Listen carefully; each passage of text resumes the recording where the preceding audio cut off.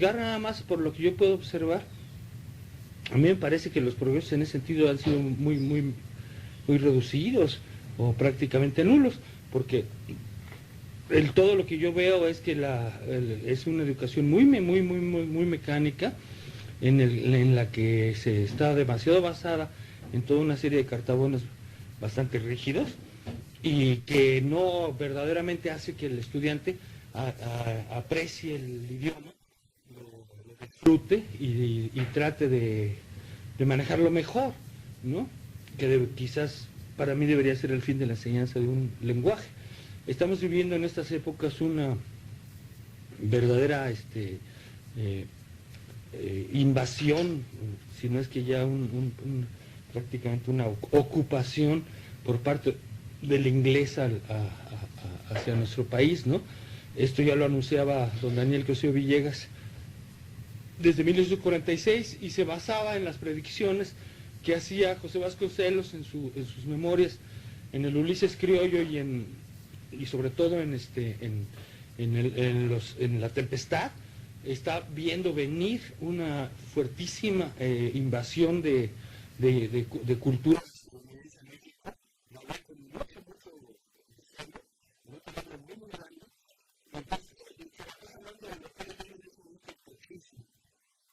El tema lo retoma Cosío Villegas en 1946 en un ensayo muy célebre, y entonces entre muchos de los peligros terribles que amenazan a México, plantea precisamente el del lenguaje, ¿no? El lenguaje, las costumbres, las modas, las formas de ser, cada vez están siendo más penetradas por la colonización cultural estadounidense. Y bueno, pues realmente uno ve ahora que se quedó corto porque esto era muchísimo más grueso de lo que él se imaginaba, ¿no? Entonces, si se enseñara bien el español desde 1992, o sea, estamos hablando de hace 13 años, que alguien que hubiera estudiado sexto de primaria, digamos, en el 92, ahorita debería manejar el español de una forma muy adecuada, pero donde tú vayas, ya sea a la prensa, a los letreros escritos, a las formas de conversación, a la forma como que se comunican en la televisión o en la radio. El uso del lenguaje no solamente es patético, sino degradante. Y lo peor es que te lo enseñan los mismos gobernantes. Los errores del lenguaje de Vicente Fox no son creíbles. El que Krill salga con palabras como sospechosismo cuando existe una palabra que se llama suspicacia y que todo el mundo la debería de conocer y que además le festejan y le hagan un chiste con eso y todo el mundo, ahí no estés sospechoseando, esto es un sospechosismo, en lugar de atajar verdaderamente el horror que esto implica, es sumamente grave.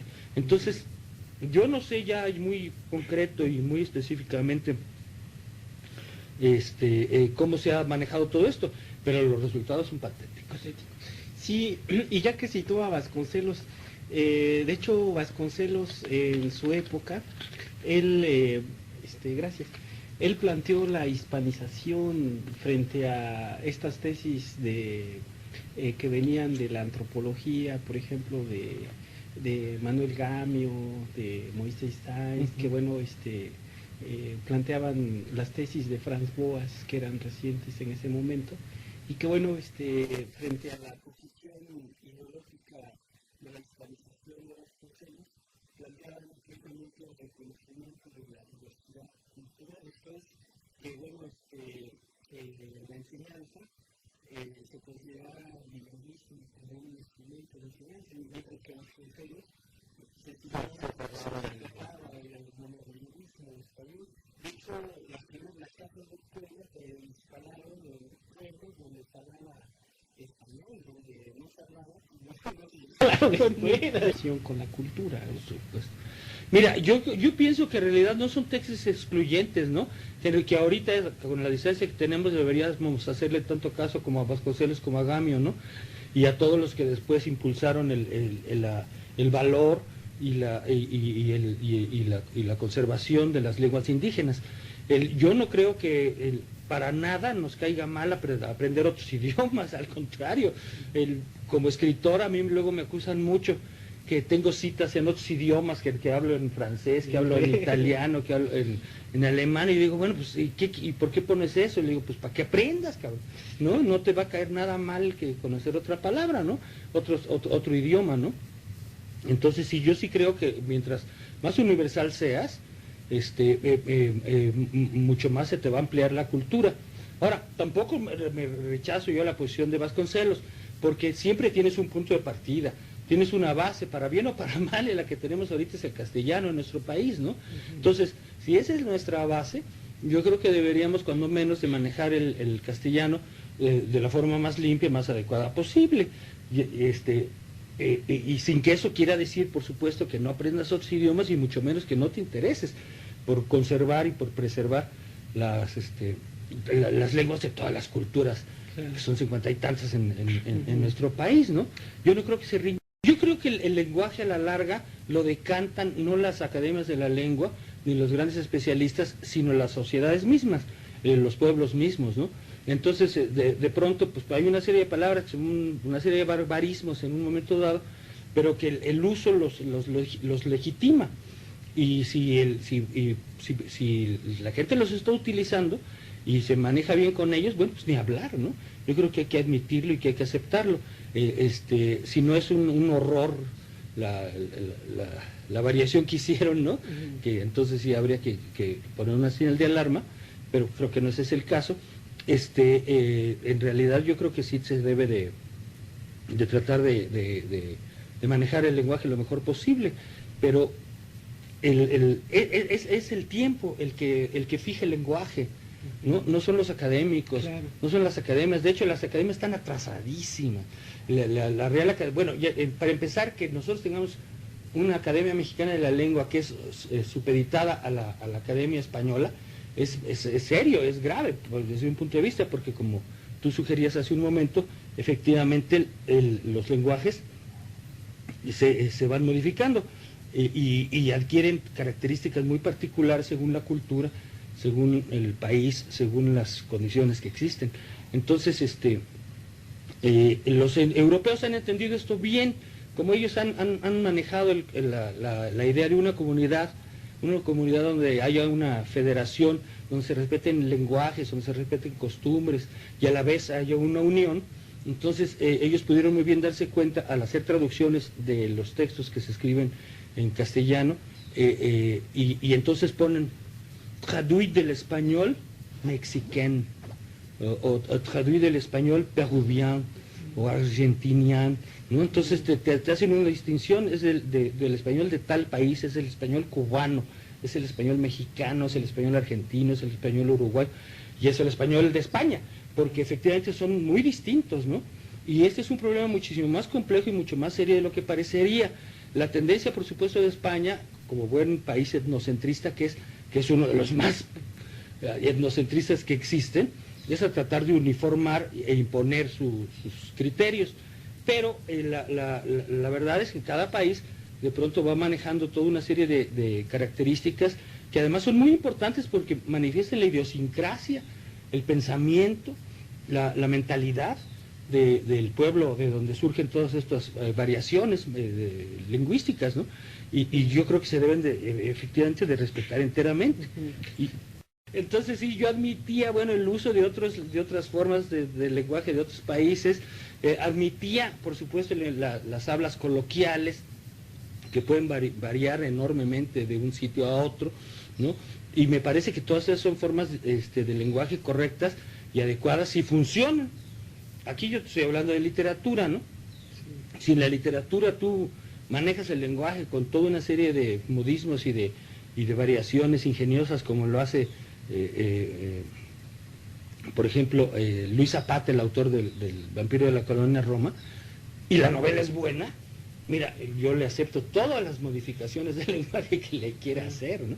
O novelas como Gazapo de Gustavo Sáenz, que este año cumple 40 años, que también son un verdadero festín en el manejo del lenguaje, ¿no?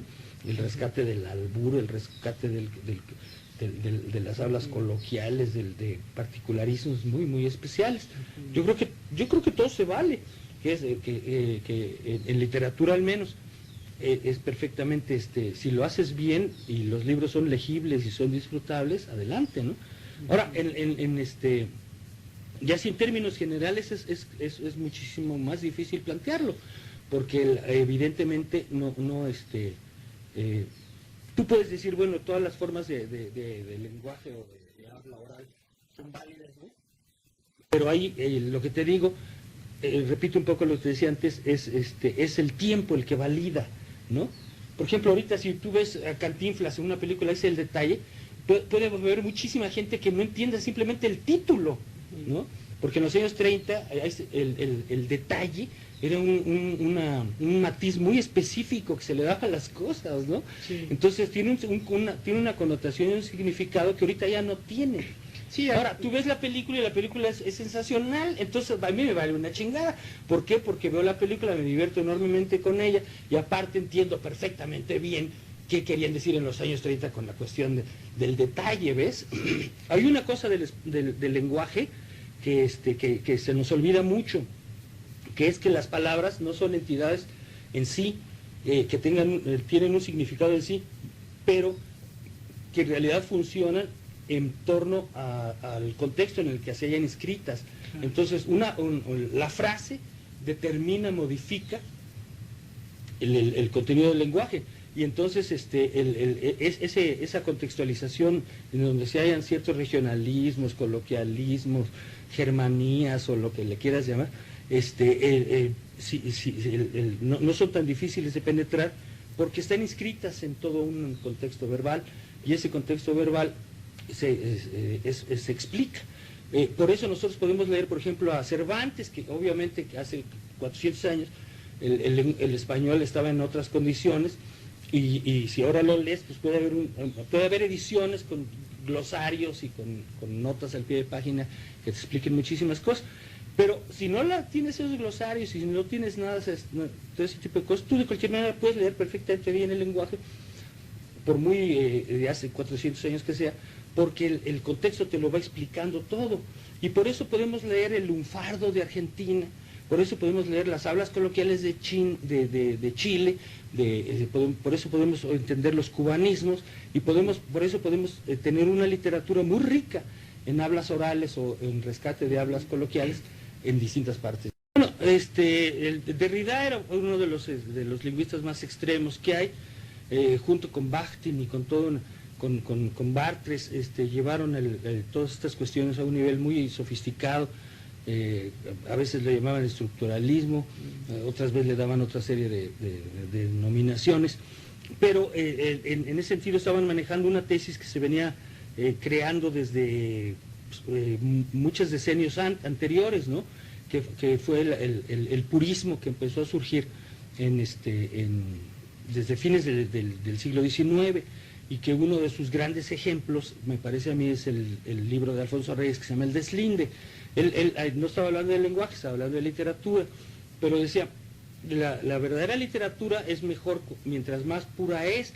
Tengo que ir deslindando yo poco a poco la literatura, su contexto psicológico, su contexto geográfico, su contexto sociológico, su contexto particular.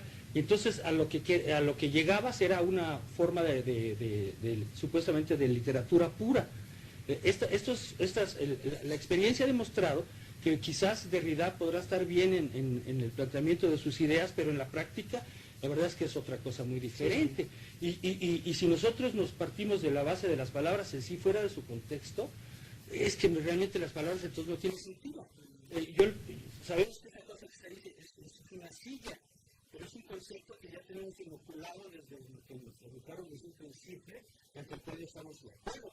Pero si simplemente tú te pones a repetir como una cosilla, silla, va a llegar un momento que la palabra silla pierda todo su significado. Es una mera palabra que se emitió en la cual todos nos fuimos de acuerdo con significar determinada cosa. Entonces, esa cosa de decir, si nosotros estamos con ese consenso, no sirve de nada, es es un sonido nada más, ¿no? Entonces hay todo un contexto cultural, hay todo un complejo cultural en torno a los términos, ¿no? Y a mí es precisamente por lo cual yo nunca fui muy surrealista y me entusiasmaron muchísimo todas estas ideas, porque sinceramente yo creo que precisamente el chiste de las palabras está en la unión con las demás palabras, ¿no? Es cuando verdaderamente adquiere sentido. Un término en sí podrá ser hermoso, te puede sonar bien, pero si no está ubicado en su contexto debido, la palabra silla puede representar una cosa totalmente distinta y ahí sí nos empezamos a volver locos. Sí que efectivamente hay una deficiencia muy muy grande en el manejo del lenguaje, no se ha apreciado debidamente el sentido de las palabras ni su funcionalidad, ¿no? A mí me asombra, por ejemplo, que de pronto tú encuentres a Borges dándote un discurso formidable acerca del valor de las palabras, o que María Sabina, la gran chamana de Oaxaca, de pronto también te diga, bueno, es que las palabras son sagradas, porque yo de repente hago toda una serie de encantaciones y toda una serie de cosas y funcionan, de repente curan a la gente, ¿no? Entonces considera a la palabra como sagrada, y ese es un viejo concepto que existe desde hace mucho tiempo, muy discutible. Yo creo que tiene una fundación bastante seria, ¿no? Que se debe de tomar en cuenta. En realidad, yo siento que tenemos una responsabilidad hacia el lenguaje, ¿no? Tenemos una responsabilidad hacia las palabras, porque ellas son las que nos permiten la comunicación con los demás. La comunicación con los demás se da de mil formas, se da a través de las palabras, pero también se da a través de gestos, de expresiones, de maneras de expresar cosas a través del cuerpo, de mil cosas más, ¿no? Hay un tal misterio al respecto que se habla por ejemplo, de leer entre líneas, ¿no? Yo estoy leyendo un texto determinado, ¿no? Pero sé que hay algo que lo que me están planteando estas personas no es exactamente lo que está textual ahí, sino es lo que se desprende de, ¿no? Y ahí sí Derrida se jode, ¿no? Sí, hay que impedirlo. Claro, entonces el lenguaje en ese sentido es un misterio, es un complejo maravilloso que nos permite encontrar vías de acercamiento el uno al otro, ¿no? Que la OCS, que estas organizaciones internacionales de pronto hagan mediciones y evaluaciones y calificaciones al respecto. Por un lado me parece bien, porque alguien tiene que de pronto que decir, bueno, esto se está poniendo grave, ¿no? La manera como hablan los locutores en la televisión es patética, ¿no? Y la manera como... Con los panistas, sí, efectivamente, ¿no? Es terrible. Entonces, pues sirven como parámetros en un momento dado para podernos llamar la atención a determinadas cuestiones, ¿no? Bueno, mira, el lenguaje que yo manejo es de distintos niveles, ¿no? Manejo un lenguaje neutro, correcto, perfectamente entendible. Generalmente suelo usarlo en la tercera persona del plural, pero cuando me meto a la segunda persona o a la primera persona del singular, perdón, a la tercera persona, me refería primero a la tercera persona del singular, cuando manejo la primera y la segunda persona, en realidad siento yo como mayor libertad, porque de alguna manera u otra las restricciones que te impone el lenguaje, la expresión personal de los personajes, se vuelve distinta, porque es la misma diferencia que existe entre el habla oficial, por decirlo así, o establecida que plantean las academias, ¿no? Y la libertad que toma el mismo pueblo, la misma gente para manejar las cosas como siente. Entonces, en el lenguaje neutro, yo tuve de maestro a Juan José Arreola, un hombre que manejaba el idioma como Dios, ¿verdad? Que era el rey de la palabra justa, y él me enseñó eso, tratar de encontrar la palabra justa.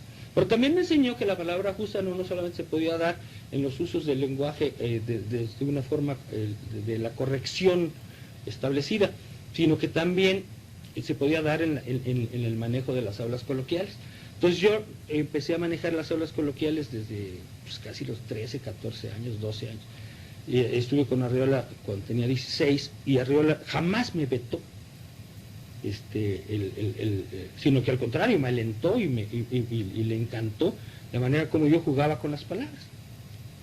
Entonces, ahora me doy cuenta, a 40 años de distancia, que de una manera u otra el problema así de las palabras en sí no es tan relevante, porque mis libros siguen vigentes, se siguen leyendo. De hecho, el año pasado, al cumplir 40 años de edad, mi novela La tumba, puta, que es uno de los años que más se ha vendido mi novela, ¿no? Y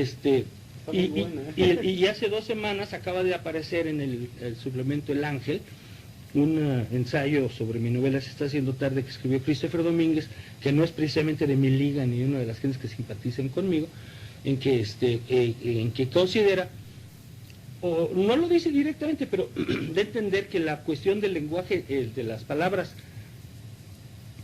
susceptibles de discusión, no es lo más relevante. Lo más relevante es el contenido del libro, lo más relevante son el trazo de los personajes, la profundidad psicológica de los personajes, la situación metafórica que plantean en general, ¿no? Y eso es lo que le da valor a la novela. La ve no solamente vigente, sino más viva que nunca, y la considera como una novela inspiradísima. Ahora, empieza el ensayo diciendo, en cuanto a las germanías y en cuanto a los coloquialismos y en cuanto a todo eso, se ha vuelto como una especie de lingua franca universal, ¿no? Que se ha modificado relativamente poco. Entonces, si hay términos que si yo de repente los manejo en un contexto inadecuado, le pueden resultar absolutamente foráneos y hasta agresivos a una gente muy, muy joven. Pero si ese mismo término lo manejo yo en el contexto adecuado, entonces te lo acepta perfectamente bien, ¿no? Y eso es lo que plantea Christopher. En ese sentido yo estoy totalmente de acuerdo con él, porque si no, entonces no podríamos leer ninguna literatura previa a la nuestra, ¿no? Pérez Galdós ahorita te pones a leerlo y entonces te vas a encontrar con una serie de planteamientos y de términos que se usaban en las regiones de España donde él estaba escribiendo, ¿no? Y que ahorita no tienen mucho sentido, pero las novelas siguen siendo geniales, siguen siendo extraordinarias, ¿no? Ahora, si te pones a ver a Rabelais o a Lawrence Sterne o a Lewis Carroll o a Vladimir Nabokov o a toda esta bola de cabrones que han sido campeones mundiales del uso del lenguaje y de la inventiva a través del lenguaje, de los juegos con las palabras, como más recientes Reinaldo Arenas o Guillermo Cabrera Infante, por ejemplo, ¿no? Ajá. Sí, bueno, Joyce, puta madre, te puedes leer el Ulises, mano, pero cita en español, cita en hebreo, cita en latín, cita en alemán, en celta. Carajo, ¿no? Pero no es inglés de Irlanda, sino del celta, ¿no? Y lo conocía. Y sin embargo podemos leer el Ulises, ¿no? Entonces, a la larga eso es lo que cuenta, me parece a mí, ¿no? Que la perdurabilidad de las obras no está afincada en el uso del lenguaje, está afincada en la intención literaria, artística de los autores. Y el uso del lenguaje se supedita a todos esos conceptos, y si se maneja bien, uses el lenguaje más arcaico del mundo, te van a entender y lo vas a disfrutar. Seguimos leyendo Homero. La retórica de Homero, carajo, está en desuso desde hace 3000 años, carajo, ¿no? Y sin embargo, tú lees la Ilíada y lees la Odisea y la disfrutas una barbaridad, ¿no? Entonces, el lenguaje es fundamental, pero el lenguaje es parte de un todo, no es el todo en sí. Y entonces, ahí sí yo discrepo de Derrida, discrepo también de Lacan, ¿no? Y de todos aquellos que en un momento dado le ponen el énfasis exclusivamente al lenguaje. A mí, curiosamente, cuando yo surgí, me decían que mis novelas eran de lenguaje, que estaban basadas en el lenguaje. Si alguien tenía una simpatía por el tipo de lenguaje que utilizaba, mis novelas eran buenas. Si alguien tenía un criterio totalmente opuesto, entonces mis novelas eran malas. El tiempo, con el paso del tiempo, ha demostrado como se puede ver en este ensayo de Christopher Domínguez y en otros muy recientes que han estado escribiendo sobre mi obra, es un elemento más dentro de la totalidad de la obra literaria, que son personajes, son situaciones, son tonos, son atmósferas, son intenciones, son muchas cosas más que determinan el lenguaje. Mira, yo creo que una de las grandes victorias que hemos tenido en la literatura universal, porque no es exclusivo de la literatura mexicana, quizás somos un poco pioneros en ese aspecto, ha sido borrar la distinción de lo que se consideraba antes como un dogma, que era el lenguaje literario y el lenguaje oral. El lenguaje literario tenía que estar distanciado, escindido totalmente del lenguaje oral. En el momento que tú empezabas a utilizar coloquialismos o empezabas a utilizar formas del lenguaje oral, automáticamente perdías calidad literaria, ¿no? Entonces, el criterio que ellos manejaban era el de la universalidad. Estaban planteando, si este tipo de palabras, estos tipos de términos, dentro de 40 años ya no van a ser conocidos. Y en cierta forma tenían razón, porque muchos términos efectivamente pasan de moda, como el ejemplo de ahí está el detalle. Pero, de nuevo, los contextos explican, te permiten apreciar ese tipo de cuestiones, y la gente lo fue entendiendo así. Entonces, a lo largo de los 60 y los 70 se fue borrando esa barrera entre un supuesto lenguaje literario. Un lenguaje literario que tendría que ser neutro, que no debería tener coloración, que no debería tener relaciones con lo cotidiano ni con lo popular, porque eso automáticamente le quitaba la universalidad y el valor fundamental, trascendente de la literatura. Era una cuestión bastante estúpida porque, bueno, ya existía Rabelais, ya existía Cervantes, ya existen un chingo de gentes que habían dejado como dioses el lenguaje coloquial, pero en fin, estaba muy, muy en boga ese criterio y era prácticamente un dogma. Otro era que México jamás había dado una obra verdaderamente importante en la literatura. Había como una especie de malinchismo por una parte y también de complejo de inferioridad, como manejaba Samuel Ramos, ¿no? Entonces, esto hacían que cualquier cosa que se produjera en el extranjero se agigantara y cualquier cosa que se produjera en el interior del país se redujera. Entonces, no se salvaba Sor Juana, no se salvaba Martín Luis Guzmán, no se salvaba Arreola, no se salvaba Rulfo, en fin, gente que ha sido considerada como uno de los artífices del lenguaje más verdaderamente extraordinarios que han existido. Esto se borró ya, afortunadamente. Los nuevos escritores saben que tienen una tradición previa detrás de ellos, ¿no? Y que esa tradición es riquísima y que es importante y que hay que desarrollarla, ¿no? Por eso antes se daba tanto el mimetismo en la literatura. Yo creo que la literatura mexicana verdaderamente existe como literatura nacional hasta a partir de la Revolución, porque es cuando se solidifica la nación, cuando verdaderamente se crea un espíritu nacional. Antes todavía en la invasión del 47 de los Estados Unidos hubo estados que se declararon neutrales y dejaron pasar a las tropas gringas, ¿no? O sea, ¿qué sentido de nacionalidad era eso, ¿no? Era una cosa muy dispersa y todavía muy, muy en boga. Entonces, ¿cómo se refleja esto en la literatura? Imitando a los franceses, imitando a los españoles fundamentalmente, ¿no? No tenemos un movimiento real, vivo, que de una manera u otra logra, cuando menos, cohesionar la idea de una nación, que ese mérito sí no se lo podemos quitar a la Revolución Mexicana. Surge una literatura nacional. Yo creo que efectivamente, yo le doy la razón a Carlos Montemayor. Efectivamente creo que la literatura que se produce en los pueblos indígenas es una literatura con todas las de la ley.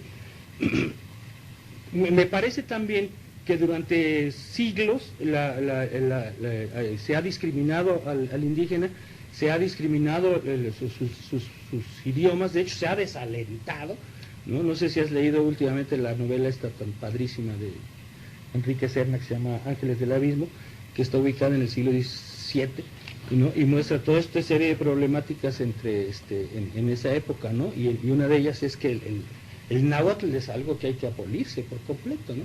El hermano de Juan Ruiz de Alarcón, don Hernán Ruiz de Alarcón, uno de los máximos devastadores de las culturas indígenas y del idioma indígena, y es un prejuicio que se ha conservado hasta la fecha. Entonces, yo creo que no, que toda forma de expresión auténtica que trata de expresar lo mejor posible, es decir, artísticamente, lo que quiere decir, ¿no? Tiene una enorme importancia. Ahora, la calidad de las obras es otra cuestión. También puedes tú ver la calidad de las obras en función de su contexto, y en función de su contexto son obras francamente admirables y son obras francamente alentables. Pero la universalidad de la obra es algo que se va logrando al paso de mucho tiempo. El español mexicano, para poder dar buena literatura, tardó 4 siglos, ¿no? Entonces, el lenguaje de cualquier pueblo indígena, que me quieras mencionar, el maya, el mixteco, zapoteco, purépecha, whatever, ha sido reprimido, ha sido cohibido, ha sido desalentado, ha sido combatido. Entonces tiene muy poco tiempo en que la gente ha podido tener la idea y la comprensión de que este es un lenguaje tan válido como cualquiera, y tan expresivo y tan artístico como cualquiera. Entonces, en ese sentido, todavía se está en un proceso de inicio, de desarrollo, ¿no? Y yo veo en las literaturas indígenas un poco como pasó con la literatura de los chicanos. Es decir, el chicano no escribía, no hacía literatura, tenía un lenguaje híbrido como la chingada, no lo aceptaban aquí, a todo el mundo le pareció horroroso todo eso, no lo aceptaban en Estados Unidos tampoco, ¿no? Entonces estaban jodidos los chicanos. Pero perseveraron, empezaron a escribir obras importantes en los años 60, y ahorita tenemos una literatura no solamente interesante e importante, sino que además hasta incluso un poco de moda. Si tú escribes una buena novela chicana, pues no tienes acceso más rápido a las editoriales, a los festivales y a cosas así, ¿no? Entonces yo creo que un poco pasa también, o puede pasar un poco algo semejante con las lenguas indígenas. Tienen poco tiempo ejercitándose, tienen poco tiempo desarrollándose en talleres literarios, tienen poco tiempo refinándose, tienen poco tiempo apreciándose y publicándose. Entonces no le podemos pedir peras al olmo inmediatamente, tenemos que dejar que se desarrolle de una forma natural. Ahora, los tiempos han avanzado tan tremendamente que los progresos, como el de los chicanos, ellos hicieron en 40 años lo que nosotros hicimos en 400, ¿no? Entonces, yo creo que en ese sentido los indígenas de cualquier parte de México pueden hacer lo mismo, y van a avanzar muchísimo más rápido, y tendremos dentro de poco una gran literatura indígena, si es que no la tenemos ya, porque yo no soy Carlos Montemayor, no estoy metido en el tema, no lo conozco a fondo, y es posible que ya se hayan dado grandes poemas, gran narrativa indígena que yo no conozco, ¿no? Si lo hizo Netzahualcóyotl antes de la llegada de los españoles, ¿por qué chingados no se va a hacer ahora con mucho más arsenal cultural, con tantos elementos valiosos que existen, ¿no? Entonces, no, la literatura indígena y las hablas, los lenguajes indígenas hay que desarrollarlos, hay que cultivarlos, hay que apreciarlos, hay que preservarlos y hay que alentarlos, y cosa que por suerte en cierta medida ya se está haciendo. Entonces, dentro de poco nos va a llegar las grandes obras indígenas, te digo, si es que no están ya. Mira, yo lo que creo que es un avance. Yo siempre he sido alentador de los talleres literarios y de toda forma